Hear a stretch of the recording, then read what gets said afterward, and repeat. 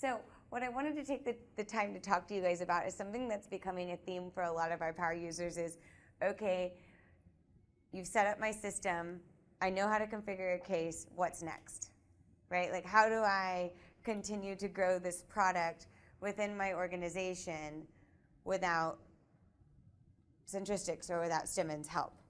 So some of you that have been working with me, as of recently, have heard me kind of, Caitlin, this might be something that you've heard me say like 10 times about the nuances of design. Dave, you've been with me the last 24 hours. I've been talking nonstop about design. So some of you, this might be repetitive. Repetition is the key to learning, however. And for some of you, this might be new. And it's in this presentation that I'd like to take the time to discuss how to make design easy, some nuances of design, and then we'll talk about the last part, which is, okay, I'd like to set up an India office. How do I do so? Like, what are the steps necessary to do that? The first thing I'd like to talk to you guys about today are the patterns. And this is something that's super, super important when you're thinking about what next to develop within your system. And when we think about patterns, Stemmons has 4 primary patterns in design. The first pattern is onboarding something. The second pattern is keeping track of something. And the third pattern is QAing something. And then the fourth is getting help with something. Okay, so let's like put this in real terms, right? I have an employee, I hire them. I want to keep track of the fact that I have this employee. I want to do a performance review. I want to QA, I want to quality assure this employee. And if the employee needs help with anything, I want to give them a space to ask questions, yeah? Onboarding something, what I just described is life cycle management. You see what I'm saying? Like the life cycle of a thing, of a noun in your organization has 4 patterns. You get it into your ecosystem. Let's talk about equipment. I onboard the equipment. I keep track of the fact that I have the equipment. I inspect the equipment on a regular basis, see how it's doing, are we doing preventative maintenance, etc. And then if the equipment breaks, I have a place I can get help with it. Yeah? So when you start to think about, well, what am I bringing into my organization? I'm doing stuff around equipment. I might be doing stuff on marketing campaigns. I might be doing stuff on properties, clients, installations. It doesn't matter. But if your thing doesn't hit all 4 of these, you don't have a fully baked life cycle kind of management of that thing. Can you guys agree with that? Yeah. And so and you might also be wondering, like life cycle management, sometimes we offboard things. The neat thing is onboarding is the exact same pattern as offboarding. So I want to go in and I want to look at the first pattern.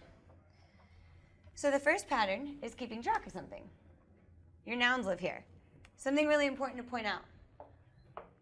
It is impossible for me to quality assure something, to get help with something. Oh, and Andrew, we're just talking about the 4 patterns of design, and I'm propagating that there's 4 patterns within Stemmons. We're talking about things within the organization, and so these things, if you have onboarding something, keeping track of something, quality assuring something, and getting help with something, you have a fully life cycle management. If you're missing a space, then that thing doesn't have a fully life cycle management within Stemmons. That's what you missed. It is absolutely impossible to quality assure something. It is impossible to onboard or offboard something. And it is impossible to get help with something if you're not first keeping track of it. So you've heard me talk about the enterprise taxonomy. And you've heard Justin talk about the enterprise taxonomy. And when you're setting up Stemmons, the first thing is you got to get your enterprise taxonomy in there. What the heck is an enterprise taxonomy? The enterprise taxonomy are the nouns of your company. These are the nouns, right? So when you start to think about the nouns, they live in entities, right? But sometimes those nouns come from a source system. You guys agree?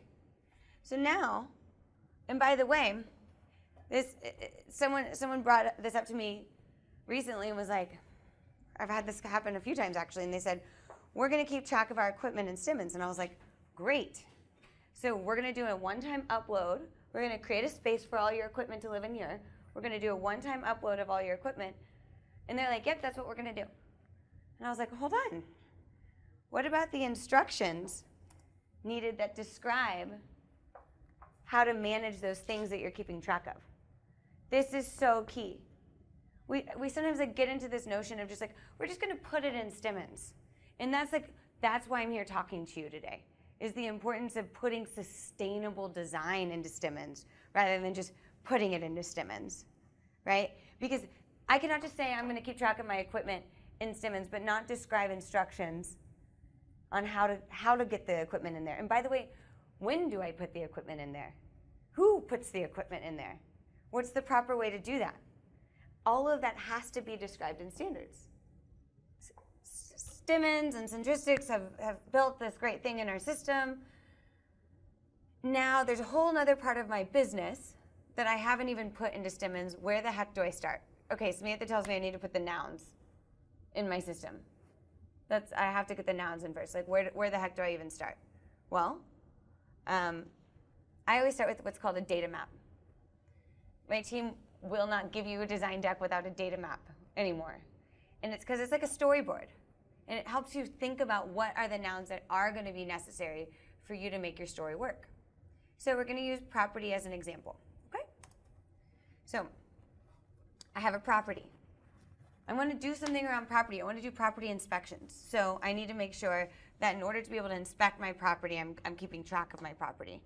And then I'm thinking, you know, in our organization, when we start to think about properties, I also organize my properties by market and by region, right?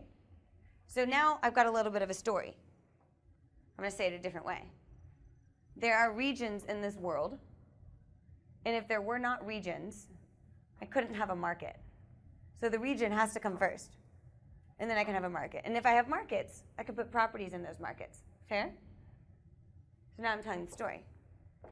Now, in properties, I have units and I have leases. But without a unit, I can't have a lease for that unit. And without a property, I can't have a unit. That explains the directions of my arrows. This is the notion of parent-child relationships. Yeah? And it's really the neat thing in entities is I can start to make connections between those things, and we're going to look at how in just a second. But a really great way to think about this is this also could just be an Excel spreadsheet, right? I could have an Excel spreadsheet and I could have different tabs at the bottom that could be region, market, property unit, and leases. That would make total sense. And I would say your column headers are the things that you're going to capture about it. The column headers will be different. And that's okay. The thing about entities that's so neat is that a thing is a thing, so all things live in entities, but it's that which you're capturing about the thing that makes it unique. And if we're going to start to put things in entities, those things are going to have relationships with each other. And when we make a data map, I can express those relationships. And if I'm talking to my stakeholders, which, by the way, all of you guys will be talking to your stakeholders. All of you guys. All of y'all are leaders in your organization. All of y'all will be sitting in front of your CEO, your accounting groups, whatever, and saying, hey guys, I'm going to start to keep track of your things. And explaining it to them in this storyboard fashion allows them to understand why I would need to bring in region, why I need to bring in market. But in my brainstorming sessions, this also really helps me. Because then I just think of it logically. Well, if I'm keeping track of leases, how do I get a lease? Well, we have sales. Well, sales don't always happen. They're more like opportunities, right? And really, I can't have an opportunity unless I have a company, right? And what about all the different company types that I have and the contacts that they have? So companies have contacts, and then, right? So companies have contacts. Now I can tell you a completely different story. This thing starts to become huge. And by the way, this thing also helps you remember that which you need to be sure to include in your data map. It's like,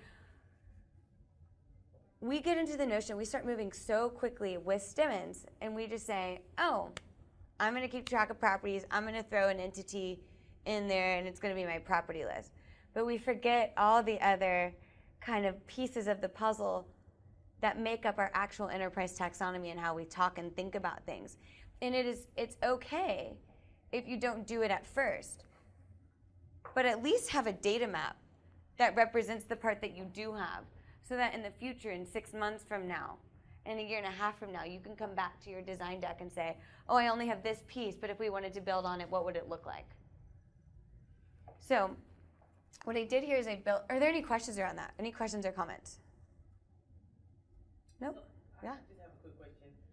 What if the leases are an upload, so it's not like something that the system creates? Because I don't know if you guys make y'all leases through the system. Yeah, but yeah. Ours is an upload.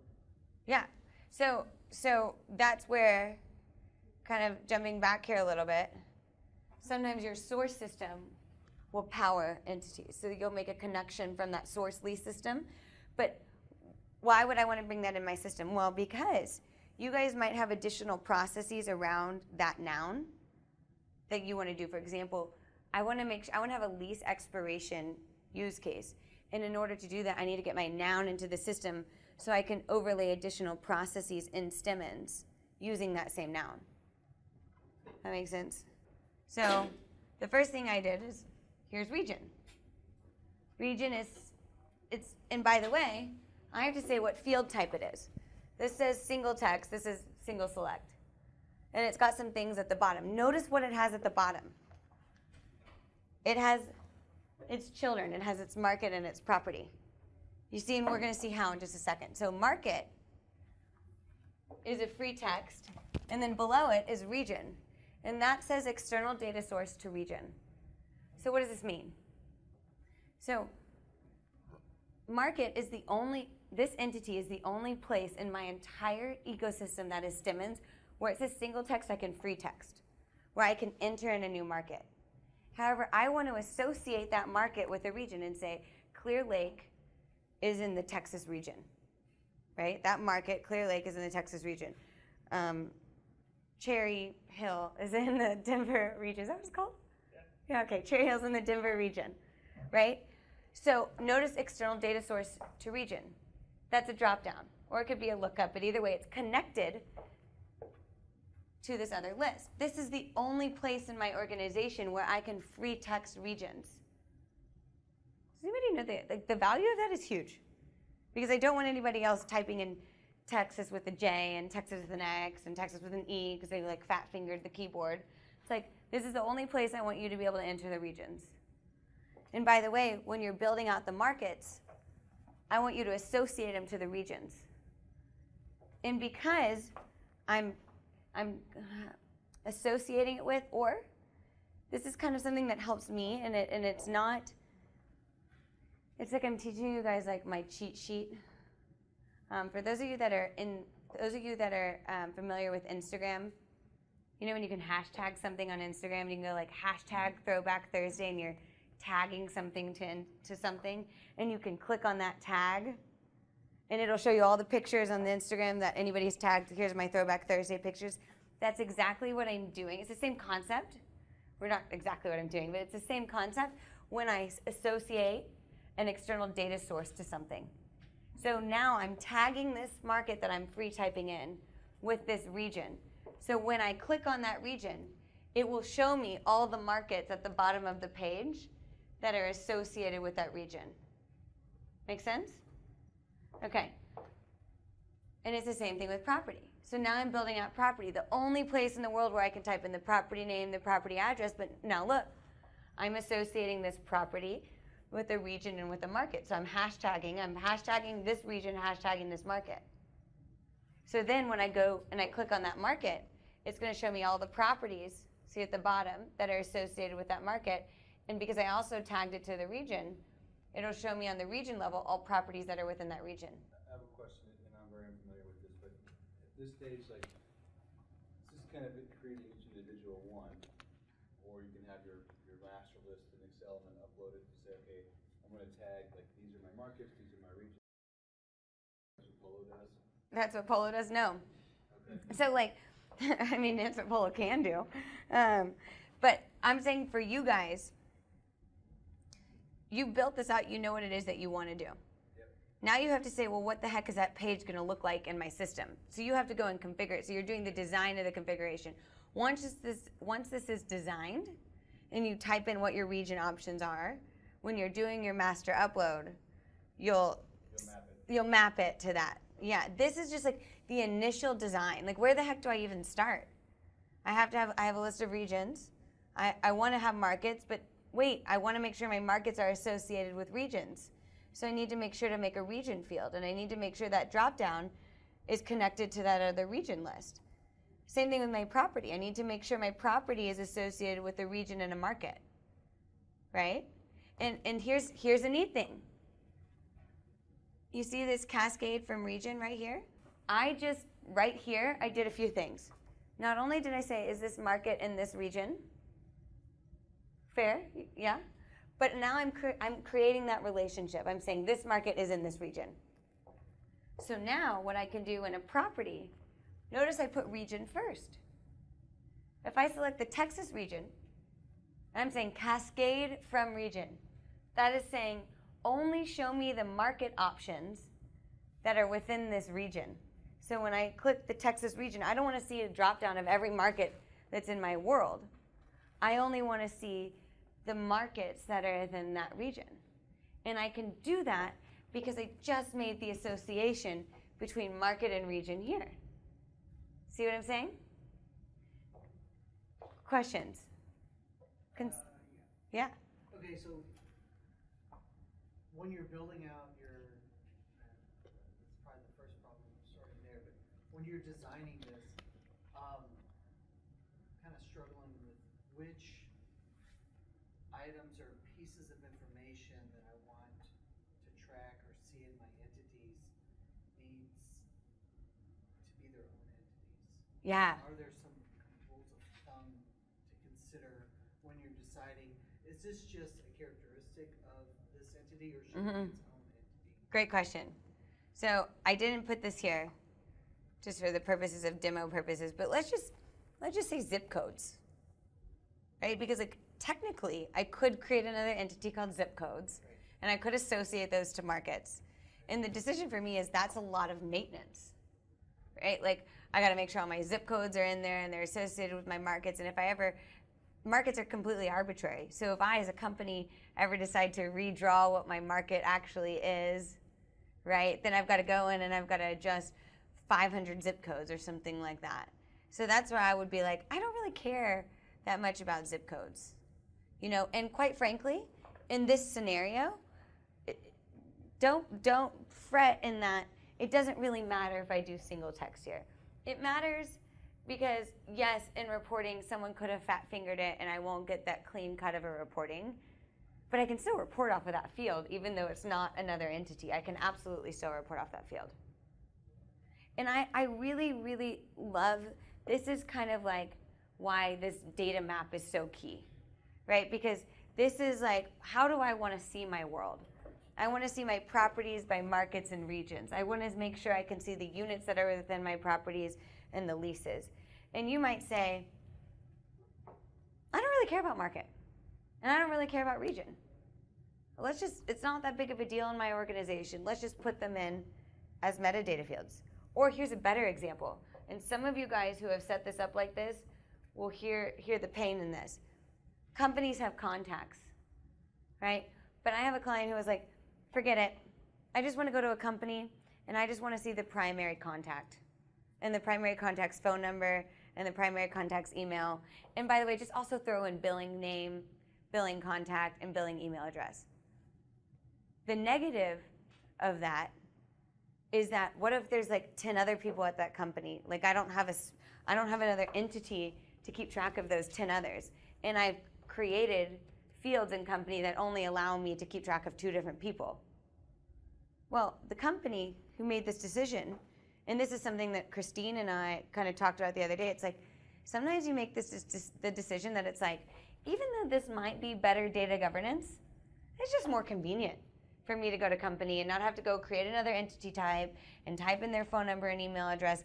And quite frankly, I don't really care about the 10 other people at the company. I only want the primary contact's name and the billing contact's name. So I'm not even going to create this. So like that's kind of the types of conversations that you begin to have with yourself. Andrew. I would say though, if it's a bit of information that you'll be using across other entity types, I mean that sort of dictates the value of some of that information, right? So zip code may not be important for you in this scenario, or the one you just described, these markets.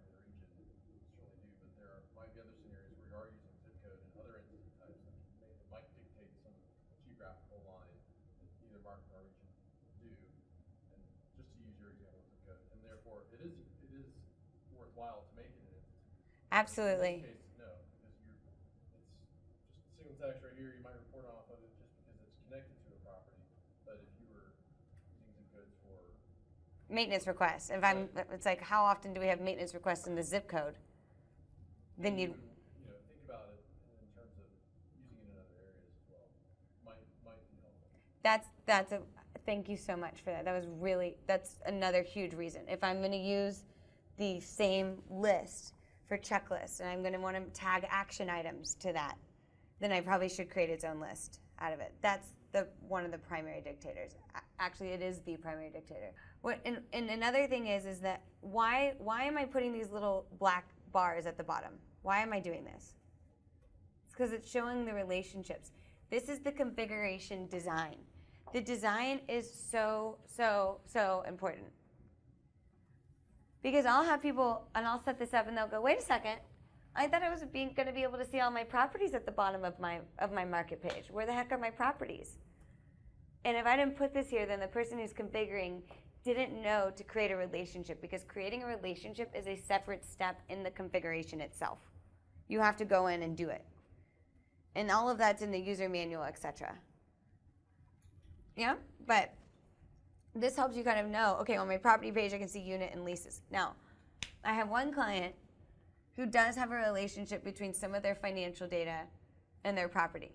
And that financial data is being pulled into entities so that we can then report off of it and have other processes on it. But that financial data does not look pretty in the entity list. It just doesn't. It's like 50,000 records in there. So the relationship doesn't exist right here. So that's because I just didn't want to show it. But it does exist, because in that financial data it says, here's the financial ledger for this person at this property. So technically I could turn on the relationship, but I'm choosing not to. So that's all the thoughts and thinking that's going into my design. And moreover, notice I'm saying which entity category and who's the entity type owner. So I don't want to just put a list in my system and be like, here's the list in the system. And Mike, some of you guys don't know, he's the COO of his company. He's going to come to me and say, Samantha, we've got this list of properties, but nobody's been maintaining it. Whose responsibility of this? And I'm like, I don't know. But that's why it's like we don't want to just arbitrarily create list of things in our world of Stemmons. We want to make sure that there is the association to that entity and a human being. And that's what the key is in having it on your design, because you don't forget to ask somebody.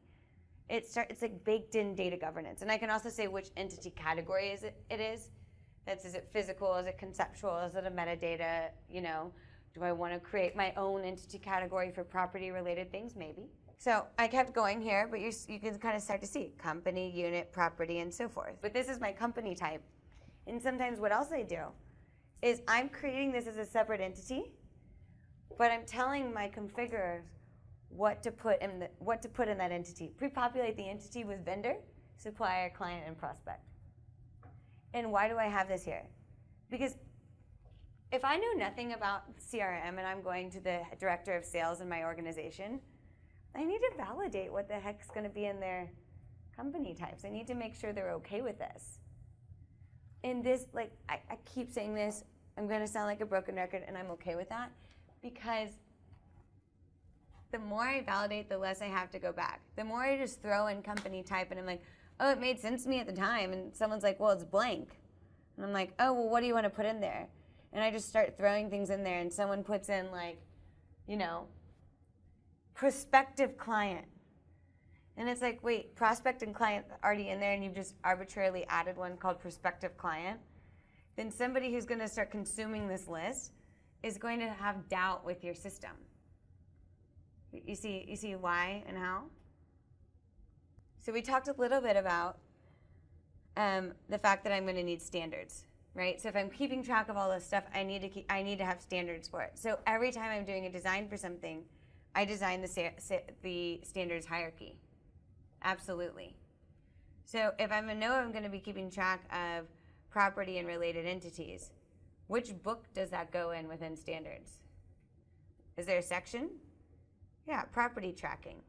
There's another section called managing data and property and related entities. It's just like you know, when you were in college and you took notes and you'd make your black bullet points and then you'd make your clear bullet points and you'd make your dashes to kind of make your hierarchy. That's exactly what standards is. It's your hierarchy. But putting this design requires me, when I'm configuring the entity, to also create a space for the instructions. And also, standards becomes your user manual, right? Like, if standards is your user manual, you have to validate what your user manual looks like with your constituents, with your stakeholders. Like, I am literally designing the book, a virtual book to run my company with. So I don't want to just like put something anywhere. I want to like carefully think about, okay, and then I also know I'm keeping track of opportunities, contacts, and companies. And yeah, that's all related to my enterprise taxonomy, but that's really more sales. So maybe I should put it in my sales book. And oh, by the way, that's kind of more under a CRM practice. And maybe I haven't built out a full-fledged CRM practice. Remember the patterns. For CRM, I might just be filling the box on keeping track of. I might be doing onboarding, QA, and getting help with later, those other patterns. It's a great start. But at least how I'm building out my standards hierarchy is thinking with the longevity of my data in the future. Next is QA. This is one QA pattern. Literally, this is the pattern for QA. This could also be the pattern for onboarding, but this standards to entities, to CAS, to Quest, to cases, to standards to facts is always a really solid pattern for QA. So let me tell you a story. Here's the instructions on how the QA process lived, like how to do it, lives here. I keep track of something. At some point in time, I want that something to be inspected. So a case is automatically sent out. CAS, Case Automation System, automatically sends out a case to somebody and says, hey, go use this checklist and inspect your thing. And anything that's not in best practice will create cases. And those cases will have a set of instructions to tell them, hey, the curb is broken. Here's the instructions on how our company says it needs to be fixed. And here's the report that says whether or not these cases got done. I just talked about property a little bit. I can inspect a vehicle. Keeping track of my cars, and I'm keeping track of the day that they were put into use. And I have a company policy that says every 6 months from a day a company car is put into use, we need to have an inspection. So I just simply keep track of the day that car was put into use, an entity. So it's like automobile type, make, model, day put into use, right? So I set up CAS and I say, hey, I tell CAS, and this is something I can do when I set up CAS, every 6 months after this date, send a case to the vehicle hopper and ask them to go do the car inspection. And there will be cases that come after this. And they'll have a standards on how to fix the tires, and I'll make sure they did it. Literally anything. This could also be employees. Yes, I know my employees live in departments, but I could pull my employee list into entities. And I could say twice a year, go have a performance review with your employee. QA them, quality assurance, check on them. Twice a year. Inspect your employee. Anything they could possibly improve on, maybe send them some additional training. They have instructions on how to do the training. Here are your reports. Same use case, slightly different pattern. All I did was take out the Quest. Keeping track of something. At some point in time, I want to check on that something with important dates. Contract expiration. I might be keeping track of my contracts. And 6 months before it expires, I want a case to tell me, hey, your contract's about to expire. So a case comes to me. Standards tells me what to do, and I just do it. I don't need a whole form to like inspect this contract. But it's the same pattern. But like when you guys start to get into the power of understanding the patterns and starting to see like how it doesn't really matter what I'm talking about. I can build a design for literally anything. Literally anything. Yeah? How about a warranty date? You buy this like huge piece of roof machinery. And it's a warranty for 5 years. And you spend $25,000 on it at your company. Or you buy a piece of flooring equipment. And it's $25,000 and it has a 5-year warranty. And you're keeping track of that piece of equipment. And you happen to put down the warranty date. And you know you've already set up this CAS to run. Anytime I have a warranty expiration, let me know 6 months in advance so I can get it inspected and make sure nothing's wrong with it before it expires. It's like, all I have to do is set up this cash job once, and I never have to think about this again, especially since I have instructions on how to do this process. So if Abigail goes to Hawaii for 3 months, she's taking a hiatus, taking time off, someone's like, well, what's our warranty thing? They're going to find it. Yeah? Okay. So now I have to build the design for this. Well, what's the first step? I always like to build my design in the same order as the flow. So like so this is what I call design deck 1. It's kind of like your high level. I always present this to my stakeholders or my client team before I do anything else. Because I don't want to spend time making supporting slides if they hate this workflow. If they're like, no, we don't do it that way. You know, it's like I need to like, let's take some red pens, let's adjust this a little bit. And once this kind of gets approved, I have supporting slides. So what will those standards look like? Let's use the example of a property inspection. What will the standards look like? So I have an inspection cash job. There's a few things going on here. The first thing that's going on here is I'm saying, which case type am I using? I'm using the property admin case type. What are the fields in the property admin case type? What is it when I'm setting up the cash job, especially if I'm sending this to somebody else to configure, or even myself. And you know, like everybody has like 85,000 things in their brain in a day.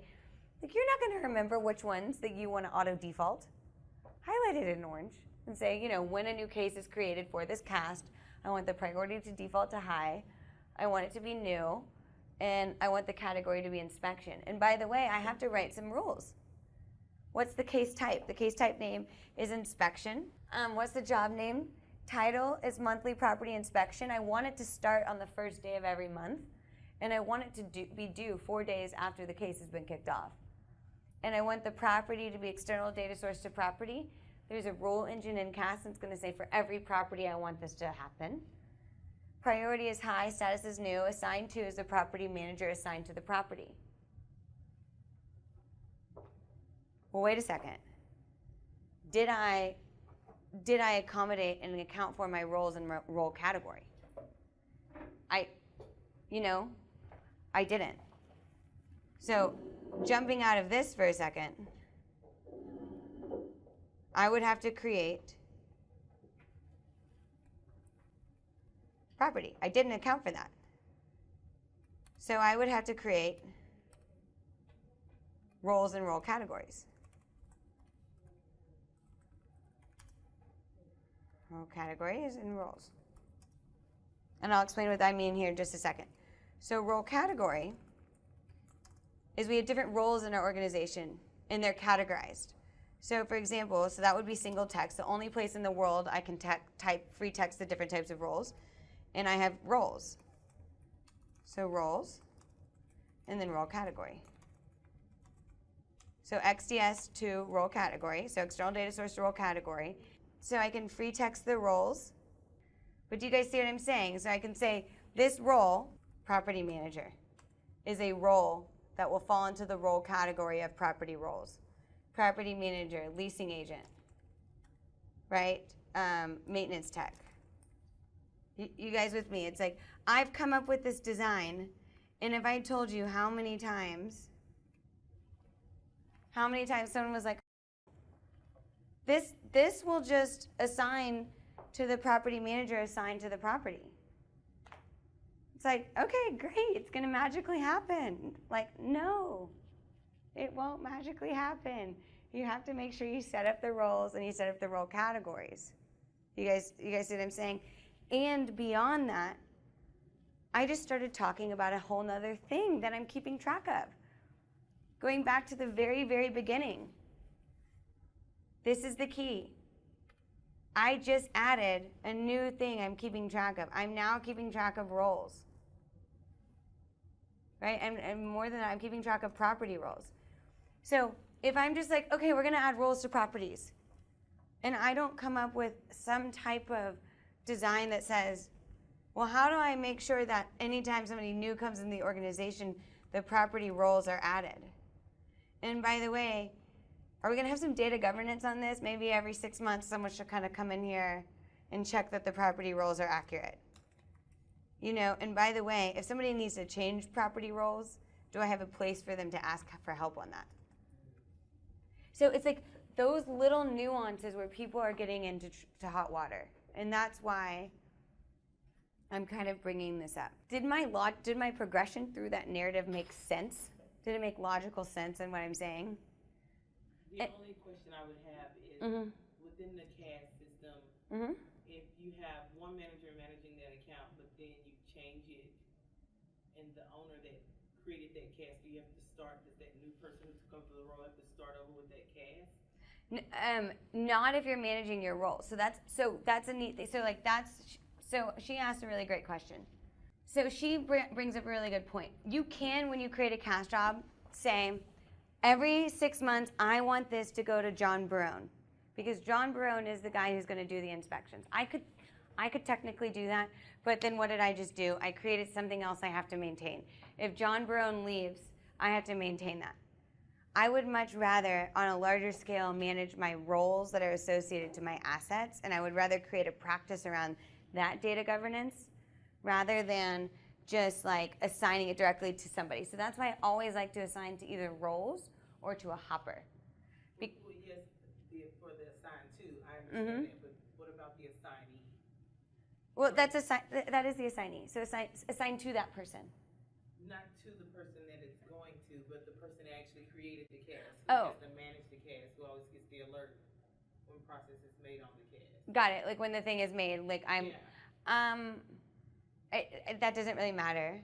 I don't believe, meaning like created by, I guess I would get an email notification that CAS got created, you know, but I quite frankly would probably turn it off. Meaning like I don't want to get notified because this is going to create 75 cases a month. Right. I don't want to get notified. And so you kind of have to decide the importance of that. And by the way, you can't change who created the CAS job. Okay. So like Reassign it like you can with cases? So this is all about assignment. I think you're talking about created by. Yeah, the only reason why I asked that question is because we'll set things that happen monthly for our clients. And if I switched one of those managers to that account, because it came from a project to a retainer-based client, then that CAS is in the system already. Oh, it'll still assign to the person's role who you fulfilled on. So if you filled that person's new role with another individual, you don't have to come and adjust the cast. So that to me would be something that you would want to change in your standards. And say and that's like why the instructions are so important. And by the way, if you change instructions, use a case type to let everybody know you changed the instructions. Like, hey guys, the instructions has changed. This is the new way to do this. Or hey y'all, make sure that you read the instructions which says, go look at this page to verify who the current manager is before you assign it back. Okay. So, I built the CAS job, right? And I say what the CAS job is. And by the way, I'm writing what I want the notes to say in the CAS job. Here's the link to the inspection, and I insert the quest form link. Please refer to standards on how to complete this. And I insert the standards link. When I'm configuring, this is going to determine my configuration order. Because if I haven't configured my standards and I haven't configured my quest, I'm not going to configure my cast yet. Because I'm going to have to go back and do that. So you start to get into that logical. And by the way, I want this to create a property admin case, but did I create that case type in the system? And if not, I can't create a CAS job for a case type that doesn't exist. So I have to define what my case type is going to look like. And back here, I'm getting into some data governance. Which hopper is associated with this case type? Who's the hopper owner? Who's the case owner? Right? Who's going to be looking at how many open cases there are, how many closed cases, and how many past due cases there are. And then, by the way, what's the case email address? You know, it's like I'm creating the data governance as I'm building the system, and I'm not just throwing a case in the system because I can. Don't do that. Don't do that. It's a really bad idea. I've had clients who just threw a bunch of cases, a case for everything, right? And I didn't put who a case owner was, and I didn't put who a hopper owner was, and then they had all these cases, and they were like, I don't know what all the cases do, and I don't know why I have 2 types of cases that kind of do the same thing, because I just like let free reign on people creating cases. That's absurd. That's, Who would do that? I don't know, Who Mike. would do that? I don't know, but very inspiring on why I'm waving, giving a finger wag, you know? Like, okay. So the next aspect too is quest. So now here's my quest form. And I'm doing the same thing here, but you guys may or may not be able to see. But when you create a quest forms can kick off cases. But I need to give the case a rule, and say, well, which case type am I creating? I'm creating a property work order case type. What's the title of the case? What's the due date? What's the status priority category? Who's the case being assigned to? What are the notes going to say when it creates a case? And by the way, I might have like 5 of these boxes because your client might want this section to go to one person, this section to go to another person, and this section to go to another person. The importance of having the design is so that, one, I might set it up like this, and 6 months later someone's like, actually I want to, your COO comes to you and is like, I want to change like where this whole section goes to. Like, I want this to go to a completely different person. And they're like, who does it go to now? Yes, there are ways that you can figure out who it goes to now. And the quest configuration is a little bit complicated, but I would really love and prefer to almost go to a design and see which threshold I had, update my design, and move forward from there. Yeah. And notice a few things. You see these lobby category 2, category 3, category 4? Each one of these things, if you're asking somebody to do something in a quest form, and you create a case and you say, do this, but you only say, do doors open quietly, fix that. Person 1 is going to fix the doors one way. Person 2 is going to call a vendor and charge the building back $500. Person 3 is going to get some WD-40, expense it. It's like, what is the way to fix doors at your organization? And what I'm saying is much more important. What is the way to maintain quality at scale? That's what I'm telling you right now. It's not about the doors or fixing it or making it quietly. It's how do I scale my organization and maintain quality at scale? Well, if I'm giving people a checklist and everyone's using the same checklist, and I'm asking them to do something, I also better equip them with a set of instructions that correspond with it. Right? And if you notice, my instructions right here, category 1, category 2, category 3, will correspond with the categories right here. So when a case gets kicked off, right, and it creates a case, I can refer to the category that corresponds with it in standards. And it's the same thing here for my reports. It's like if I'm telling them there's going to be a report on a process, I want to design the report. Right? So, for example, who has a boss that doesn't like reports? Everybody has a boss that likes reports. By the way, your boss only cares about their reports. Most of our bosses only care about their reports, as they should. They're looking at 5,000 things. They don't need to go into the case list. They don't need to go combing through the quest. Where you consume the results of your process is in a report. If you're creating a process that doesn't have a corresponding report, you're not creating an arch. You're not creating a full-fledged process. You're just creating some process. It has no report. How's anybody going to get any insights on what it is that you're doing? You want them to go to your quest form and read through them and gather like which categories are doing bad, which categories are doing good. No, you want to design a report. Yeah? Okay. Onboarding something. Very, very similar to QAing something. I didn't go into much detail on this because I want to kind of move to the next topic, but I also didn't want to like skip you guys out on the onboarding part. But like, this is one way to onboard something. I have instructions. I keep my list of properties or my assets in my accounting system or job runner or you know, y'all's secret Spartan Athenian thing, you know, like you keep your assets in a system. And you want to, the second a new asset is added to your source system, it should be added to Stemmons. And Cass can pick that up and say, a new thing has been added. Go to your checklist and onboard it. And it can onboard it. Why I'm talking to you about this is I want you to be able to start to hear and see the world, and it's like, I know how to design that. And by the way, it might not be perfect. All of you can have this deck, by the way. Anybody who wants this deck can have it. Okay, getting help with something. It's just standards to a case. And by the way, yes, I have my report on being able to check the status of cases. Let's talk about what everybody in this room, I would love it if you said that you have, is a place to get help with your system, a place to ask the power user for help, a place to tell the power user you want new things. As power users, you probably get asked 7,000 things a day, like, oh, we should do this with the system, we should do this with the system, we should do this with the system. And it's like, yes, great, we absolutely should, and send me a case. But they need to have instructions on how the heck do I even ask. So like you could send them a link to instructions and say, hey, here's how you do it. Because the one thing I do not really love to do is explain the same thing over and over again. And I'm sure you guys don't either. So this is a place where you can create, how do I ask for help? Here's the central help desk case. The hopper is the power user. It's power user at cases dot whatever. Creates a central help desk.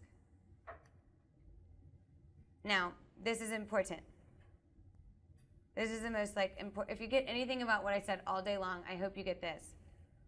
If you create a new use case, that power user is going to come in here and log it in the use case entity. You should have a list in your, and I really don't like the word should, but I'm going to use it here because it's like I'm prescribing you something, and I'm really prescribing this hardcore. I'm pushing this. Is have a list called use cases, so you can track what all the different processes are in your entire system. So you know what's the name of the use case, what's the description, what's the link to the standards, like what's the link to the instructions on how do I do this use case. Use case is synonymous for a process, right? Status, priority, start date, end date. And by the way, I can attach my design deck here. Yeah? It's like, there should just never be a time or a place where you have use cases in your system that you haven't logged them. Because again, what will happen is you're going to build this like amazing ecosystem. This is like the best way to explain it. I explained it like this to somebody the other day. And there's kind of, I'm going to like hit like a two-pronged thing that I kind of want to send home here. The first thing is your system is going to constantly be changing. And I think sometimes when people buy Stemmons, that's like a thing. They think there's a destination. I'm here to let you know it's not about the destination. It's about the journey. And it's so important that we keep track of what we do along the way. And there's a few reasons for that. The first reason is if the first thing I'm saying is about the journey, and where to not get turned off by that is if I told you, hey, processes in your organization, let's pretend it's 1990, and I went to some CEO and I was like, hey, processes in your organization are going to be changing as your company grows, like your accounting process, your invoice process, all that stuff will like continuously change. The CEO would be like, yeah, of course it is. Duh. But what we're starting to get into is Stemmons is the virtual and almost tangible representation of what used to be intangible processes. These things just kind of happened. People like, Jean in accounting had something written down on her piece of paper or taped to the wall, or there was something laminated over here, or somebody made a tree chart. Stemmons is the virtual and tangible representation of the processes that CEO from the 90s was okay with saying are ever changing. And if those things are ever changing, we have to keep track of what those things are. And to build a design deck, is kind of a lot of work. It takes a lot of brain power. So if I'm asking people to keep track of it, like also attach your design deck. It's a great visual representation that you can continue to build on. You can edit, delete, and change. And by the way, we're not going to talk about UpDoc today, but you could make this an UpDoc entity, and it could have version management. So technically, if you had 10 iterations of one design, you could see what it was 10 times ago. You could see what it was 5 times ago, and so forth. All right. How do you go live with something? So again, I'm not there. You don't have an Andrew Robb. He's a veteran. Doesn't count. How do you make a process new in your organization? I've changed the way that I'm doing property inspections. Like, how do I go live? What do I do? I'm not a consultant. I have no training in this whatsoever. Well, as long as I've logged my use case in here, and as long as I have standards, and as long as like all my little boxes are checked and my design is working, I can send out an acknowledgement case and I can say, hey, this is the new process that I'm coming out with. And I could use my acknowledgement case type. I could say, guys, this is the new way we're doing invoice processing. This is the new way we're doing it. Here's the starting Monday, February 28th. I made that up. I don't know if Mondays are February 28th. Is go live. If you do it any other way after this date, we will not accept it. And by the way, here's the link to instructions. And I might say when formal training is. Formal training will be held in 5 different sessions. You're welcome to attend either one of them. And on top of formal training, I'm going to have office hours. Office hours are this great, great thing that, you know, that person who's too busy to make any of your formal trainings yet is required to make this change has now even more flexibility to swing by your office between the hours of 2 and 4, Tuesday and Thursday for the next 3 weeks to ask questions on this process. And after week 4, if they're still not doing it, that's when you can, like, you've provided instructions, you've logged how the design looks, you've given multiple training sessions, and your door's been open for 4 hours a week for the last 3 weeks. That can become hey, we have an opportunity to use the system a little better. It's really important to pay attention to your cases, and that becomes a different conversation. And it also provided the change that the person felt like, I didn't really do well in a classroom setting. I'm 62 years old. Computers aren't my thing. I really like this company, but I'm really uncomfortable with this software. Could I just have some one-on-one time with you between 2 and 4 on Tuesdays and Thursdays for the next few weeks? Yes. It's an invitation. People love invitations to things, and as long as you invite them, they typically will show up. Comments on this? Questions on this? We implemented a standard Friday 2-hour block. We call her Brilliance Bar. And, Brilliance Bar? Brilliance Bar. Okay. We had our power users there and invited the company, and it was come and go, and it was really helpful. And I wish. What happened? So tell us about it. We got busy with other things and went away from it. We had a couple of weeks in a row where we just couldn't do it. What he's talking about, guys, is like a bigger theme that you also have to consider in your design, right? So it might be a little bit of a stretch, but I'm going to make the connection. When I'm coming up with a design, let's just say I'm coming up with a design for a thing. Let's just say property, for example. There's like 105 things you could capture about your property if you wanted, or about a piece of equipment, or about a client, or about whatever. Like 105 things. But if I make those 105 fields on there and I make them all required, the investment of somebody's time is going to be huge, and the value you get from that investment, the return on the investment of that person's time, I don't really need those 105 attributes every single time. The alternative to that is saying, well, I'm going to ask them to fill in these 105 things, but I'm only going to make 10 fields required. You're only ever going to get 10 fields. And by the way, if you do get the other fields sometimes, you'll only get them luckily half the time, and I'd rather have no data than half baked data. And so when we start to think about asking people for their time, or even providing time, and again, weekly might work for you guys as it comes back on the thing, but that's when I start to get into office hours and scheduling. It's like, maybe I do it once a month. You know, what becomes feasible when we're designing processes. I didn't even mean to pick on your schedule, because I think that's so fantastic, but it's like, you make such a good point, because that's what happens. In human life, we say we want to do this every week. This is a goal that we have. We want to do it every week, and it's really important to us today. Those 105 fields might be important to you today, but you have to make the choice on how do I create something that's sustainable, that I know will be a practice over the course of 5 years, right? And maybe bi-monthly or monthly, when we start to scheduling things, it's the same thing on if I'm scheduling an event or I'm scheduling time for someone to fill in fields. And that's a big one. And if it's worth the investment, here's the devil's advocate side to what I'm saying.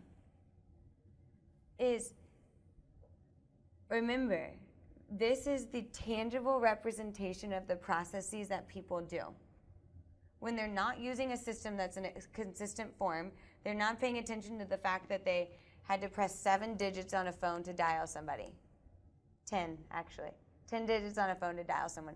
They're not paying attention to the fact that they had to get up across the room and go ask Carl for an answer. I just described 12 steps. They're not paying attention that they have to go back to their computer, open back up the window, and type it in that little box. That to them isn't steps. But I just described about 15. And now Andrew's telling us, guys, you have to fill in these 7 things every single time. And they're like, no, it's too many fields. It's because they can see them. So, and that's also like the change conversation that you get to have is, well, the investment of your time in that capacity allows us to have kind of a consistent process. And more than that, allows us to get insights on data that we didn't have before. And we spend less time looking for things and having inconsistencies and more time finding them. Anytime someone's resisting you, it is likely because they just don't understand. Or if someone's not doing something, it's likely because they don't understand the value. That's all. They don't care about the value. And so it's our job as power users and as leaders in the organization to not only help bring them to an understanding of the value, but use your design deck to co-create a process with them that works for them. It's like, if I was just like, hey, this is how you're gonna do things, this is how I've designed it, come to the training. Guys, sometimes that works. Especially if it's like coming from Mike. If it's coming from your COO, sometimes that just works. And still, even so, I've had conversations with Justin, and most of the time that doesn't work. It doesn't matter who's coming in here, and it's whether the carrot or the stick. The carrot works better in this situation, from my experience. Something that I think is really neat about these design sessions is that, I talked about a theoretical 62-year-old person who's been doing their job for 15 years. And I just had this conversation with Justin on the phone the other day. And again, using Stemmons as the tangible visual representation of all the stuff that makes your company what it is. That's the fact. It's like you could be an office owner and you could own 47 buildings, but that is not the stuff that makes your doors open and close every day. It's the stuff that's in here. And in having a visual, tangible representation of the stuff that makes your doors open and close every day, that's a representation of what other people built who were not just the owner of the company. So somebody who's been working there for 15 years can contribute to actually building their company, and they can see what they've built within Stemmons. They can say, I built that process. I built us a streamlined way to do invoice processing. I built us a way to expand to India. I did that. And I can show you that I did that. And that feeling, that sense of ownership that we can start to give to our clients is that kind of sell that I'm talking about. That's the carrot that we're selling versus do this because it's good for you. Yeah? Okay. Anything else? Okay. Setting up India. Who has India team? I know you. Oh, great. Half the room has an India team. So setting up an India team is a lot like is a lot kind of like the example that I gave where I was like, oh, I want this cast job to assign to the property manager on a monthly basis who's assigned to the property. And then I don't feel like setting up the roles and role categories. And I don't feel like coming up with a process to manage that role and role category to make sure they're always up to date. I just want to set up an India office. I have Stemmons. I just want to set up an India office. You can't just set up an India office. You have to think about the design of the process that will support the person in executing their roles in India. That just like a person here, it's like I can't just tell you to do invoice processing. I have to give you standards. I have to give you some training. I have to have office hours with you. So when you're starting to think about the things that you want to offset to India, let's talk about bank reconciliations. Guys, for those of you who are not comfortable with accounting, I'm not either, and I designed this. So we're gonna be in this together. I'm starting to get comfortable with accounting. It's actually not as hard as it seems. And it's hard too, because it's accounting. But don't be intimidated by accounting is all I've got to say. So bank reconciliations. What bank reconciliations are is essentially they want to make sure, basically they want to make sure that the information in your bank account matches the information in your accounting system. So, and I want India to do that because that's something that someone in India can do. And by the way, it's something India can do when I'm sleeping. I don't have to be there. So what do? First I make a design. And by the way, I had to have a conversation with our controller because I literally had no idea on planet Earth what the heck a bank reconciliation was. And how I had that conversation was, so I had the conversation like this. That's bank reconciliations. And I don't typically recommend this if you can start with your own design before talking to the stakeholder. But what I did was I said, what do you guys do? What do you do? And he told me that the analyst pulls a bank statement and then they start their reconciliation and so forth. That's literally what he told me they do.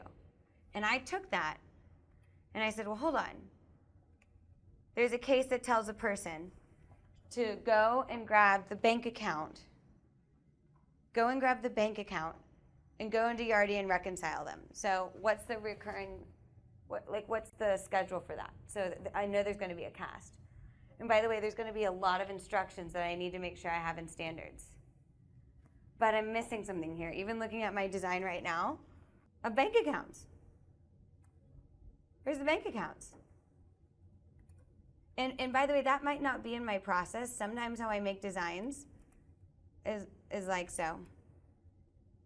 Sometimes I make designs and I'll do, these aren't grouped.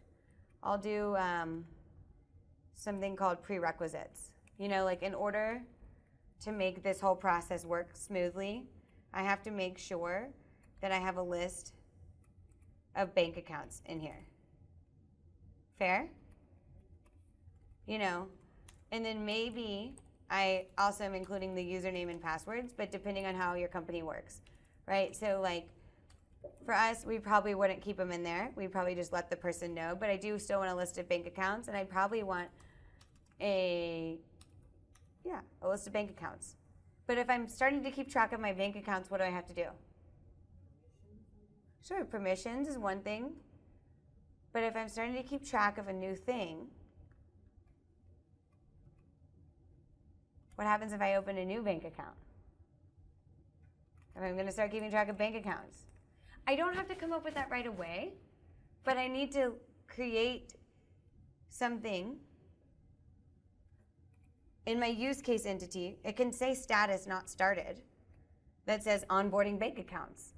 So like, yes, in a real world, I cannot maybe create an entire process for how my company with 1,500 people will start to keep track of their bank accounts. I don't have time for that today. I've got like 17 meetings and I can't do that.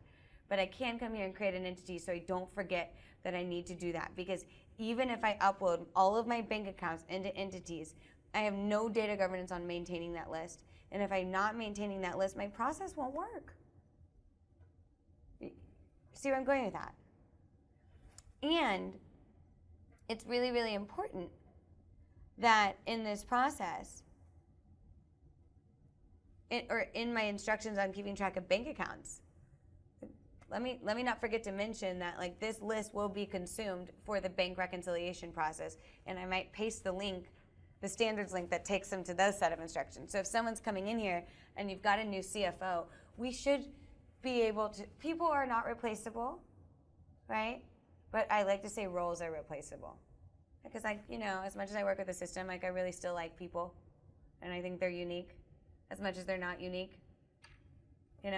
So it's like this concept that if I'm keeping track of bank accounts and I'm sticking a new CFO, I just want to plug and play. right? And that goes back to this is the value. I can scale while maintaining quality. Because it doesn't matter how big I get. It doesn't matter if I have 4 bank accounts today and 79 bank accounts tomorrow. It literally doesn't matter. My bank reconciliation process, which is all fuzzy right now, my bank reconciliation process, which is standards for how to perform a bank reconciliation, are in here. And by the way, information on checking activity from bank versus Yardi. Here are some of the prerequisites. I need to have a list of banks associated with each property in Yardi, which is the accounting system. A username and password for each bank per user. Read access only. You know, it's like kind of these things that I'm thinking about and like how am I going to design that out? Oh, by the way, this might not how bank reconciliations work for you guys. You might have investors who have different banks and it might be their bank account. Maybe you can jump in here at any time, but it's like, I don't know if like people can just be like logging into banks. You might have one-offs, is what I'm saying. And you might get this from me and say, hey, I noticed that on y'all's website, y'all have a use case for this, and it's not really, like, there's missing a few steps. If somebody gave this to me and was like, hey, here's a baseline for how to do bank reconciliations, and here's a power user, I'd be like, thank you, it's Christmas time. Because all I have to do is kind of expand on maybe you have some more prerequisites. And by the way, on bank reconciliations, I might have 5 different use cases. I might have bank reconciliations for investors type A, bank reconciliations for investors type B, bank reconciliations that are in Idaho, bank reconciliations that are in Wyoming. You know, they might have different like things. Like I don't know. But at least I have a baseline and I can start to fill in and play and manipulate and build my supporting slides in a way that makes it a use case that's special for me. Yeah? Okay. Last but not least, invoice processing. We have not talked about UpDoc. I've slightly talked about UpDoc. In invoice processing, this is super simple. And sometimes, guys, this is the fact that something is so simple, like people don't want to do the design for it. They just want to like send an email to their India analyst and say, start doing this. Fine, it might work. It might work for a few months until your India analyst changes or your process changes and you send that guy or girl 5 other things that you want them to do and you send it to them in an email and they miss 4 of them. Right? It's like even if they're going to be working completely outside of the system, maybe you're using a third-party invoice management, document. You're not using UpDoc. It's like the fact and the beauty of still like kind of articulating, here's the instructions on how to process an invoice. Okay, fine, go work in another system, but at least you have the instructions. And I'm going to ask you in the form of a case to please do this on a monthly basis. Because by the way, when this invoice is emailed, I haven't figured out the answer to this yet. I don't think it can create an UpDoc. I know it can create an entity because we have email to entities. But right now, it would create email to cases, and then that case would then be profiled in UpDoc. And then it would be profiled, assigned, checked by multiple people, and assigned to Treasury to process the check. You might decide to use cases. You might decide to use UpDoc. You might say, okay, this is going to come create a case, and then you're going to go to a completely different system that has nothing to do with the Stemmons suite, and you're going to do all of these things in here, but I've put your instructions and standards. And that's how they can continue to grow and run in your India office without ever like needing to call. I mean, they will call you on the phone. They will be your employee. They're going to ask you things. But how you can, again, maintain that quality at scale. One thing that you learned today and one thing that you're excited to take forward, and maybe it's the same thing, but I'll go first. One thing I learned today is that this stuff is intricate. Yeah, but one thing I'm really excited to take forward is that I'm really excited to see you all start getting comfortable with these intricacies and starting to be able to create really powerful designs on your own. Come on. One thing you learned today. I learned how bank reconciliation works. Thank you. I'm excited to do it in the system Yeah? and see it there saved forever. Yeah? The process. I learned how important design is, so you don't slip your foot before you even get there. Yeah. That's the biggest one. Is like people can call me and go, it doesn't work, and I'm like, well, can I see your design? I didn't make one. Huh. Well, I don't know what you did. I have no idea what you did in your system. Anything else? I liked your 4 basic Patterns? patterns. Yeah. Yeah, that's a very logical. I mean, you can apply that to everything. Yeah. You really can. Yeah. And I'm sure we'll find ways to find variations, but this is something that could be consistent throughout. And we could establish a standard where everything must answer all 4 of these. Yeah. For it to be done. Yeah. I love that. And you could keep track of, you could, if you wanted to, you could make an entity like this, like assets. Like, what are the assets that we're keeping track of? Or what are the things? What are the kind of the themes? And which pattern have we completed for this? You know, you could build that into your, you could almost build that into your use case entity type right here. Sorry, I'm going all over the place. But you could add something right here that's essentially said, you could add asset. You know, and say, what's the asset and what's the use case pattern? I took that out because sometimes it's confusing to people, and it's not always applicable. Sometimes you do make something that doesn't always fall. I mean, not really, because invoice processing is kind of keeping track of. You know what I'm saying? Yeah. And though that invoice processing is a little bit of keeping track of and a little bit of onboarding mixed together. Right. And that's what I would almost call like your advanced use cases. You know, like where you start to blend and get creative with how your use cases go. But when you're like looking for a place of where do I even start? Start with your patterns. Yeah?